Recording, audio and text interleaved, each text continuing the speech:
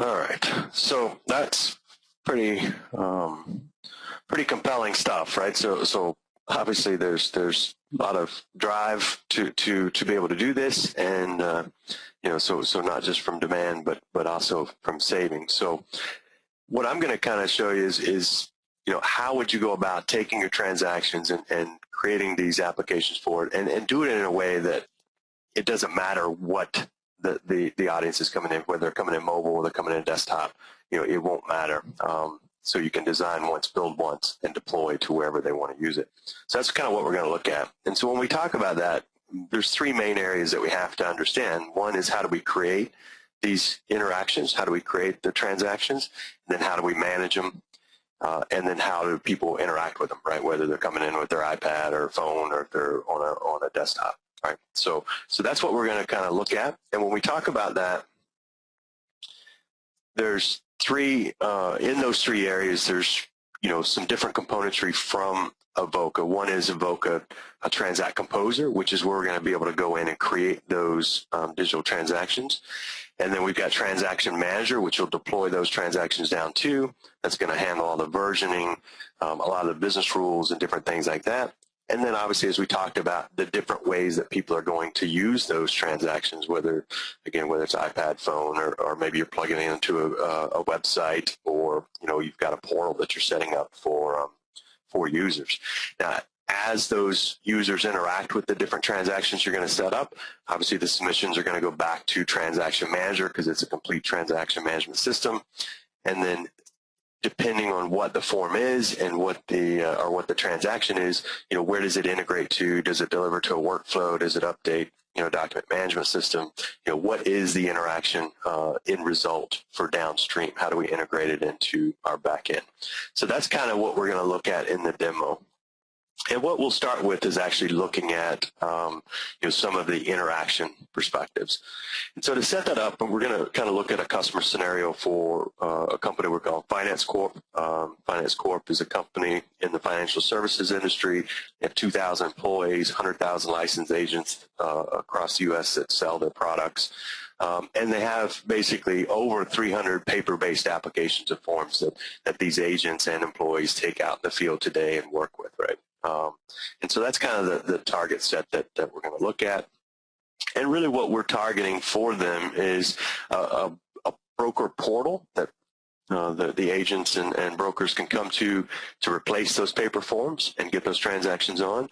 And then also, one of the areas that Finance Corp was struggling with was actually HR onboarding as well, right? That was very timely and cost prohibitive for them. And with the turnaround that they have with those different agents and brokers coming on with that many and the great turnaround, this was a big sore spot for them as well. So this is kind of the target areas that we're going to look at as we go in there. And we're going to start with the interaction aspect of it. So with that, let's go in, and we've got a couple portals here. So I'm going to go over to Finance Corp portal.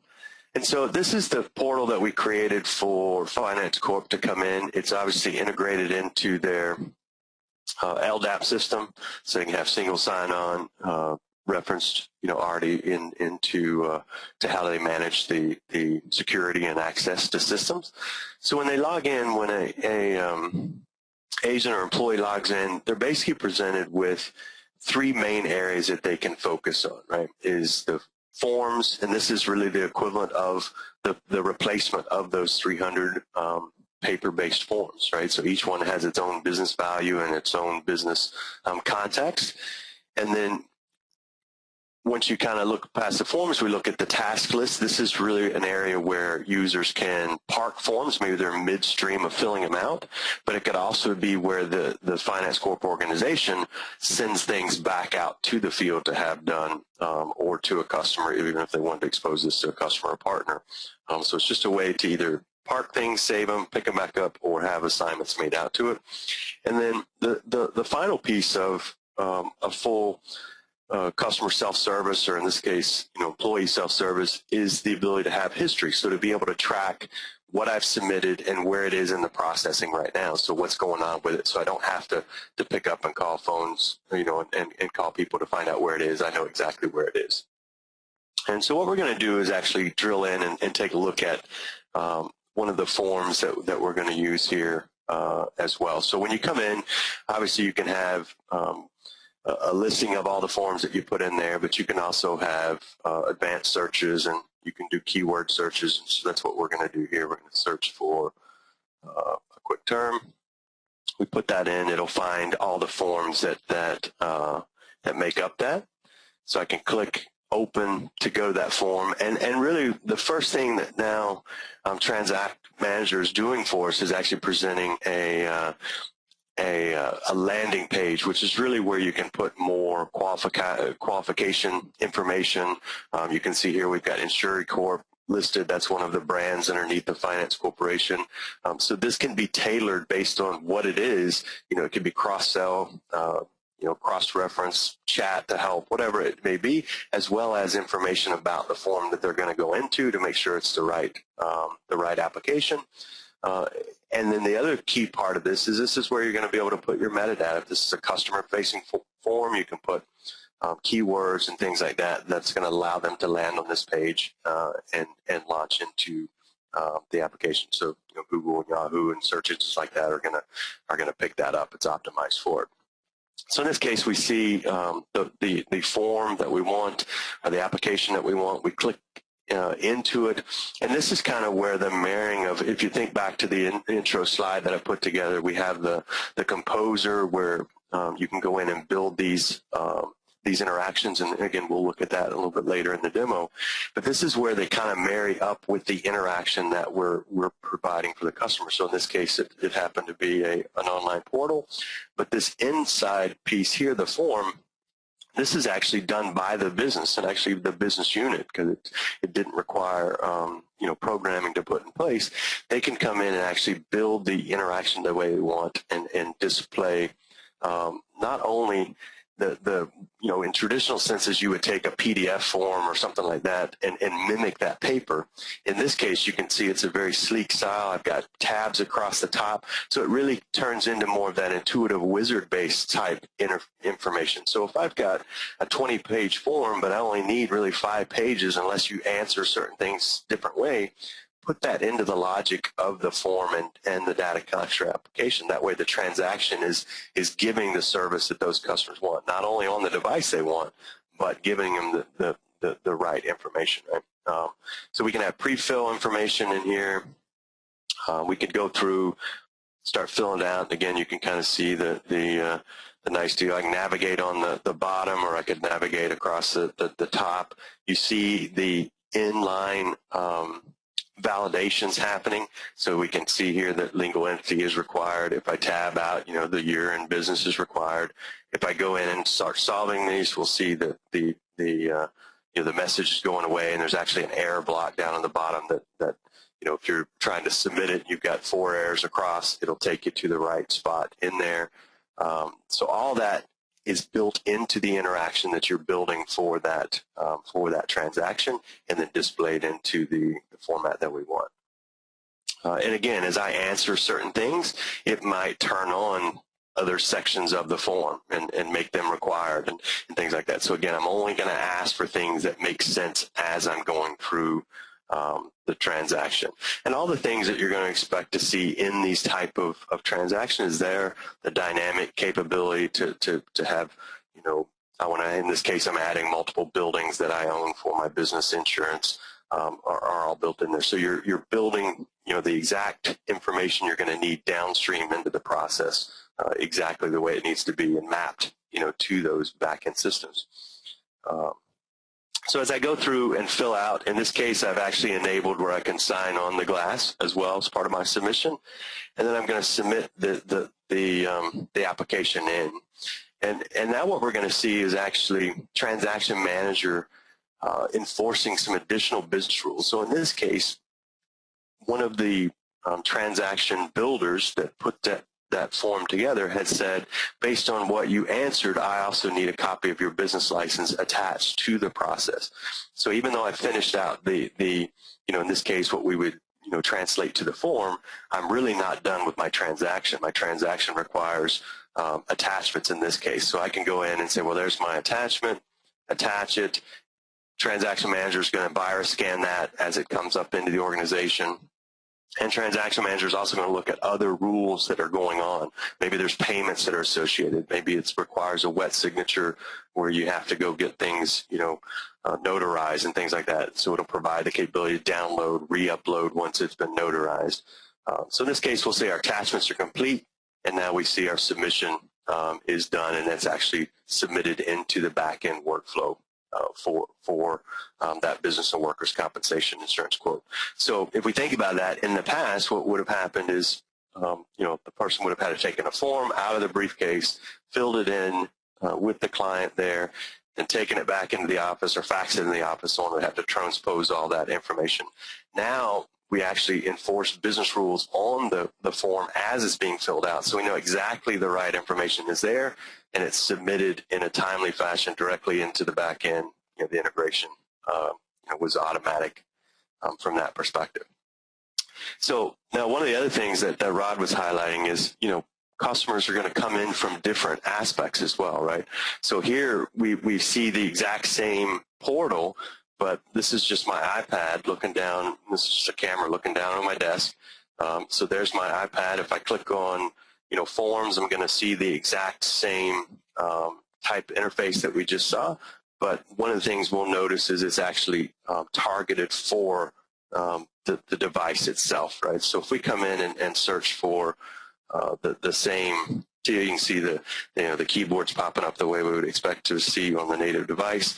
And actually, when we go into the form that we're going to see, we'll see that Transaction Manager has also noticed that we are on a mobile device in this case, and it's gonna optimize the form factor for that, right? So not only the size, but also the buttons for my finger.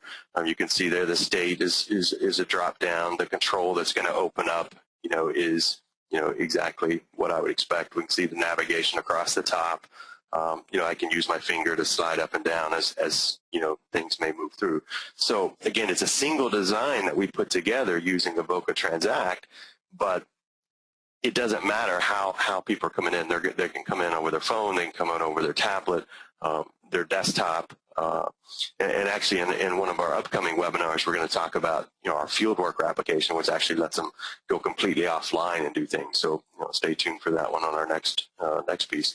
But so again, the same things we would see inside of the form. We can see the error handling built in. All the kind of things we expect to see are there, and it doesn't really matter on the device. So let's go back. Now, one of the other things that we talked about on Finance Corp was actually the need for this HR perspective, right? And so in this case, they have a continual change out of new agents and brokers coming on, and actually setting them up with all the resources they need, both from whether it's desk, office, computer, network, all those kind of things take time, and the way their process works now really elongates getting someone into the field, getting them active, and actually having them make money for the corporation. So it's a big problem. And so what we did is actually created another portal, just for them. So again, you think about it, Avoka Transact, or Transaction Manager, is still sitting there as one entity in the organization, but you can have multiple portals that spin up to it, right? So in this case, as a new hire comes on, let's say I got the job, I'm going to have an ID set up out here, and I can log in same way. But now what we're going to see is actually the portal changes a little bit. So it's not, I don't have a briefcase full of blank forms, because that's not what this is about at this point. So I've got basically a portal that says, here are the forms that you need to complete to become a new employee here at Finance Corporation, and here's your completed form. So if you want to track what it is, and the organization, as things come in, they can pop new forms out there for the new hire to fill out. They're going to get email notified, and the information comes in. So it's nice, smooth, transaction. So here we can come in, we can see the facilities form, security clearance form, W-9, employment application are all there. When they click into it, again, we're seeing now the synergies of the form or the transaction that was designed inside of Composer married with the portal and how we're actually going to expose this. So in this case, we see this the similar kind of tabbed concept across the top, navigation on the bottom, and they can move through. You can multiple addresses and things like that. But you can see that the portal itself is branded differently and acts differently. And again, this is all kind of out of the box type functionality with Avoka Transact. Now, one of the things we'll go ahead and submit this guy. The submit up here, we can see they want a resume attached here. So we'll just grab a attachment, put that in place. Attachment's complete. Now, one of the things we'll notice on this one is it's actually going to present a e-signature for us to sign. So we can sign that. And that takes them through an e-signature process of actually signing an electronic document and putting in. So we could have the sign on the glass as we saw previously, or we could have a click-through signature that we're signing to put in place. So even wet signatures, we're going to support that. Digital signatures, all the different type of signatures capabilities and payments and things like that can be built into the portal itself. So if we kind of look back, so we're going to go back into our slide and kind of look at what we had done. And as Rod was kind of saying, if you just look at the core processing of just taking that, either the new hire, or if we've looked at that business application that we were looking at, if you just digitize that, just make that a digital transaction, the ROI on that's going to still be in the 12-month range, so usually less than that, just by getting reduced paper costs, reduced, handling of the paper and things like that. And if you take it the next level up, like where I was talking about, where you're actually, putting business rules into it, tying it to the process itself and putting that in place, now our ROI starts getting well below 6 months, many times even as little as 3 months. And if we look at actually just the number of transactions that they initially did in their portal, there were 500 forms per day, equated basically to 2.7 million to process.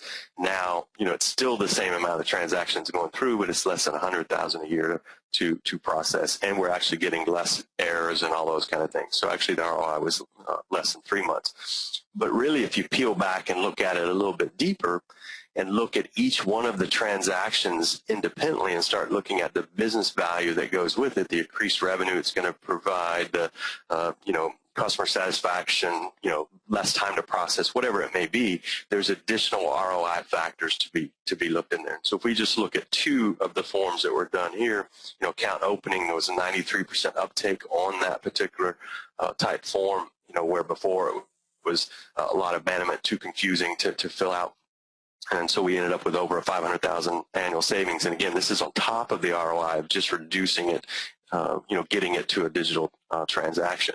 And if we look at that new hire process, it's 10 times reduction in processing time.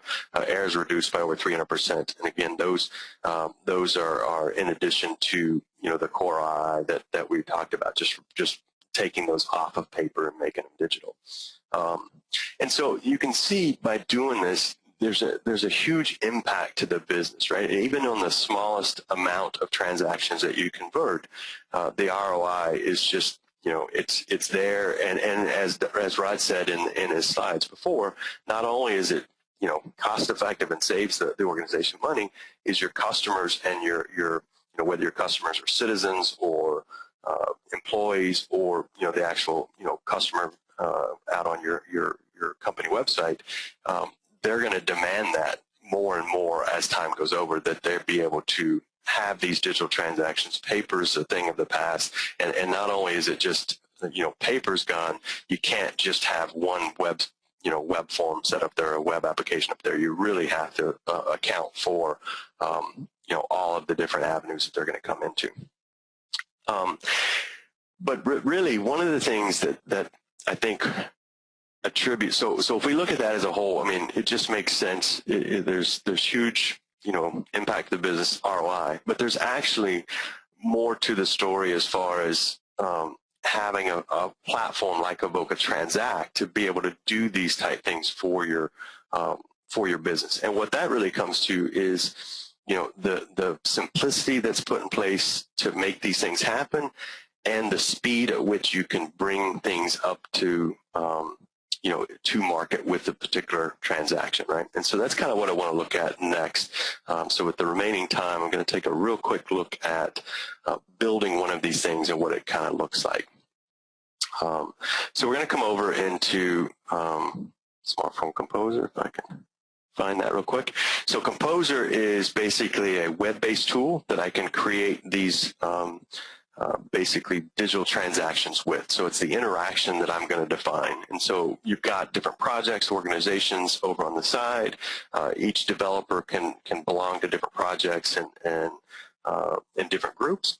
And really what they do is they come in and say, I'm going to create a new transaction. We're going to call this webinar demo. You can choose a form template. We have 4 or 5 out of the box, but this actually may be where you have some custom templates for your organization that define some of the things you want into it. And then I, as a transaction builder, come in and choose what my structure for the form is going to be, meaning do I have that tabbed menu across the top? Do I have just a standard top-down form? What the styling is going to be and what the color theme is going to be as well, right? And so actually even on the color theme, I've got a Finance Corp here, silver, that even in the color theme itself, I've attached logos and other things like that. So you can actually, define different things for different spots. Now, if I go ahead and click Finish, what's really happening with Composer is it's actually creating the application behind the scenes. So error handling, navigation, all the things that you're going to have to typically build for these type of things is kind of done for you, right? And so now I can actually come in and I, as the transaction builder, just worry about what's going in there. What are my business rules and what is the data that I'm going to collect, right? And so I'm going to grab the section assistant here and we're going to add a few sections to it so we can kind of demonstrate this. So we're going to say we've got a customer section and we've got an address section on this form, and then we'll say questions and more info. And let's go ahead and say, we'll say sign here, and we'll close that out. And so if I click Finish, what's going on is we use that assistant. It created all those different sections. We can see over here in the structure, that's my hierarchy of what's in the form. The middle is kind of a wireframe of everything that's being put together. And then over here on the right is a palette of all the things that I can drag into my form itself, right? And so I can grab a new field and just drag it over into the hierarchy, or I can drag it directly into the wireframe, or I can even just double click on what I'm going to drag. It knows kind of where I'm at. So it's just going to drop it right into the same spot. We'll say we want to keep that on the same line. You can see it spaced it out properly. It took all the things that I would normally have to worry about, took that into consideration and just did it for me. Now I can also get composite building blocks. So these are things that the organization is going to put together for us and be able to reuse, right? So in this case, I've got an address block. I drag that in, and what we can see is, my standard address is there and filled out. I could right-click on this address and actually get an impact analysis and see everywhere that reusable block is being used and what form it's on. So if I make a change to it, I'm going to actually, inherit those changes on that form. I'll know what I'm impacting, what else is using it. So all the shared reusable components to help speed development are there as well. So now I'm going to grab a drop-down yes/no question, put it in here. We'll say, is this working? Okay. And we drop that question on place. And then we're going to grab a multi-line field, and we'll drop that into the more info, and we'll say, please explain. We want this to actually fill the full space. We've got plenty of room to type in. And then we said we're going to have a sign, so we're going to actually go in and we'll grab the signature pad widget on this one, so we're going to sign on the glass. We'll just drop that in place. And then we actually want this to work on our submission block, so we'll sort of work into our portal. So we're going to put a submit in there as well. And really, at that point, I'm kind of done. And one of the things, now obviously I'm not going to be done in the sense that it's, ready to go to production. There's going to be a lot more to it. But one of the great things with it is I could go down, you can see I could look at this interactive PDF flattened receipt, what's going to go into my document management system, HTML for desktop and HTML for tablet, all from that single design. They're all right there, right? So I could now sit down with my business user and say, okay, here's the form I created for you. Does this look okay? And they may come in and say, you know what, yeah, this looks good, but, we were kind of hoping for something, without the scrolling down, down the whole page to see the whole thing. Can we do something about that? You could actually come in and say, yeah, let's make this a wizard left. So we're going to actually see a menu on the left-hand side. You could even come in and change aspects and say, let's put rounded corners on the different sections. You could make all those, change color schemes, everything directly on the fly, re-look at it, right there, and now we'll see, and again, the navigation's built for me. There's the information that I put in place. There's the questions, more info, and then there's my sign on the glass, right? So it's all there. It's all kind of working. But we haven't put much logic into it. Really haven't put any logic into it. So let's go look at that as to what that would look like. So one of the things we've got instructions. We're going to take that off because we're not going to put the instructions in. Let's say we wanted to come into the name field and actually put a rule in place and say this is going to be always mandatory, right? So just by checking that box, we can basically see the red asterisk is put in place and the enhancements around rules and the messaging that's going to go on is already there. Now, if I had formats where I want to put regular expressions or, hey, it's got to be a phone number in this kind of format or Social Security, those are all there as well. So really easy to put that in. But one of the other business logic that you may do is go to like your questions and say, you know what, if they say no, that this isn't good, or it's not working okay, then that's when I really want them to explain. Other than that, I don't want them to see that. So you can come in and look at a visibility rule for that whole section. So this is going to be for that field and any other field that would be in there. Make that rule-based. Simply navigate to the question, click on it, click the answer that I want, and say, well, if this is, no in that, then that's when that section is going to come visible, right? And so now if we came up and said, okay, let's take a look at what this looks like now, it's basically going to, act right. Now we see the questions there. If we go down to it and say, is this working okay? Yes, it's still not there. But if I say no, we can actually see now on the menu expands out. And so this is how you're going to be able to create those intuitive data collection applications that you want for the field, right? So no matter how complex the logic is, you can build that into that transaction, and now you're not having to train, people up and know how to use it. They don't have to be near as experts in the field. They can simply open up the transaction that you want them to work with and start filling it in, and as they answer it, it'll ask the proper questions and make things required and make sure the format's the way they want it to be before they actually, put that in there.